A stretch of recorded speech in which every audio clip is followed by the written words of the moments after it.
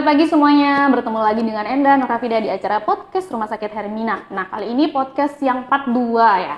Yang part pertama kita sudah membahas tentang mikropenis. Nah, teman-teman kalau memang mau tahu tentang part pertamanya bisa langsung aja tonton di channel sebelumnya ya. Nah, sekarang kita kembali lagi untuk membahas terkait mikropenis tersebut bersama dengan Dr. Lutfi Hardianto, PhD spesialis andrologi. Nah, halo dok. Halo Bu Enda. Ketemu lagi dok di part 2 kita. Oke. Nah, tadi kan tuh panjang tuh dok, Enda nyebutin Gelarnya? gelarnya. Nah, mau dong dok, maksudnya diceritakan lah itu apa artinya apa sih gitu gelarnya. Oke, thank you. Dokter udah tahu lah ya, dokter saya buta lulusan UI.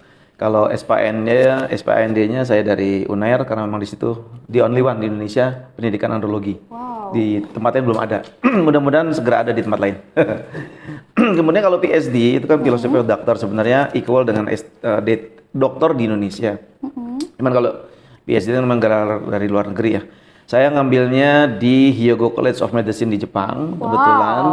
Kemudian saya mendalami tentang andrologi. Ini mendalam andrologi sebenarnya tentang imunologi reproduksi. Apa itu imunologi reproduksi? Imunologi reproduksi adalah ilmu tentang imunitas terkait dengan reproduksi. Jadi saya di sana mengadakan suatu penelitian melihat apakah yang terjadi apabila pasien yang laki normal, istrinya juga normal. Oh. Itu kan pertanyaan besar tuh. Bahkan sudah sampai bayi tabung, bahkan kenapa harus diterapi gitu ya? Apa yang harus diterapi kan? Karena kebanyakan dokter yang ngirim ke saya juga bingung. Sudah bayi tabungan sekalipun ternyata dia gagal. Padahal suaminya normal, istrinya normal, semua sudah dilakukan. Sudah HSG, sudah laparoskopi, sudah hormon, semua ditreat, ternyata aman-aman aja. Nah, ternyata ada kasus di mana si istri menolak sperma suami. Bahasa gampangnya alergi sperma suaminya sendiri. Nah, itu yang saya bahas di S3 saya dan alhamdulillah banyak membantu. Kira-kira gitu gambarannya. Oh, baik. Waduh, ada juga ya dok alergi terhadap sperma? Banyak. Nah, sekarang nih dok, kesibukan dokter nih saat ini nih apa aja nih? Ya, sejak pandemi saya baru praktik di 2 tempat ya. Di Hermina Depok, ini baru running November kemarin ya. Suatu kebanggaan dok. Thank you ya Hermina, terima saya padanya. Saya menggantikan senior saya sebelumnya ya, Dr. Nugroho ya. Kemudian tempat lain dan sudah lama saya di Rumah Sakit Samiri Basra yang ada di Pondok Bambu dekat Kampung Melayu sejak 2013.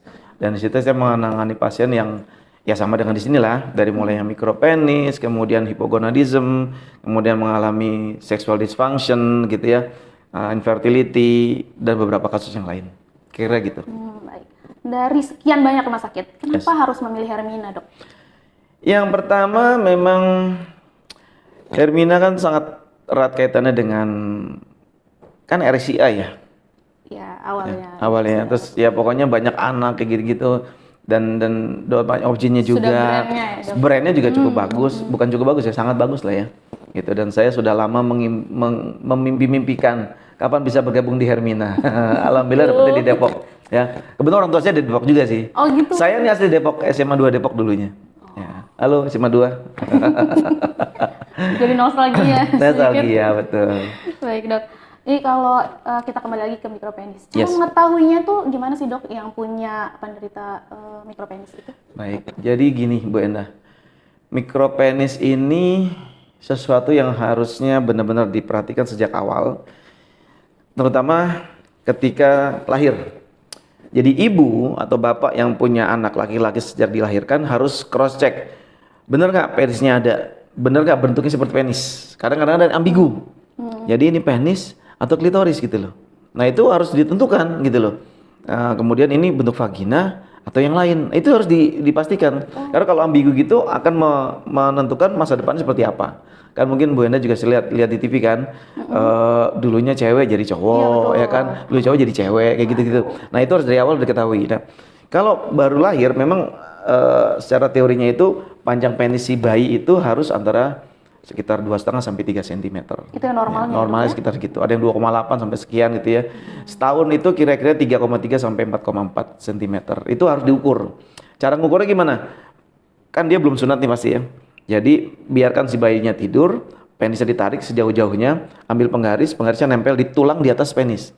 Tulang kemaluan. Tempelkan, ini tarik, ukur panjangnya. Itu kan kalau anak laki-laki bisa suka ada ini ya, ada prepusium ya, ada kulit lebih. Nah, itu yang diukur pas di ujung penisnya itu.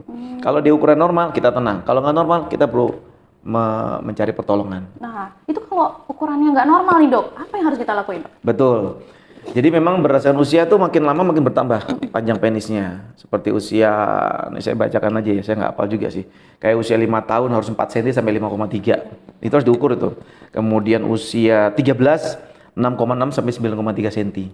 Jadi kalau rata-rata kan laki-laki akhir balik umur 15-an ya. Ada yang bilang sampai 10,5 cm sudah normal gitu kan ya. Tapi intinya 13 tahun 6,6 sampai 9,3. Kalau dia tidak mencapai nilai seperti itu, ketika dia akil balik, maka penis itu akan seperti itu sampai dia usia selesai. Dan itu akan jadi masalah. Oh iya pasti. Gitu. Karena kalau kecilnya penis tadi bisa mencerminkan fungsi daripada si testis, fungsi kelaki-lakian, kejantanannya, kemampuan punya anaknya akan berkurang juga tentunya. Waduh. Jadi memang harus diukur sedini mungkin gitu loh. Ini kalau kita kaitkan dengan keadaan mikropenis ya. Mikropenis itu sebenarnya lebih detail kita urus atau kita tangani ketika anak itu masih belum akil balik.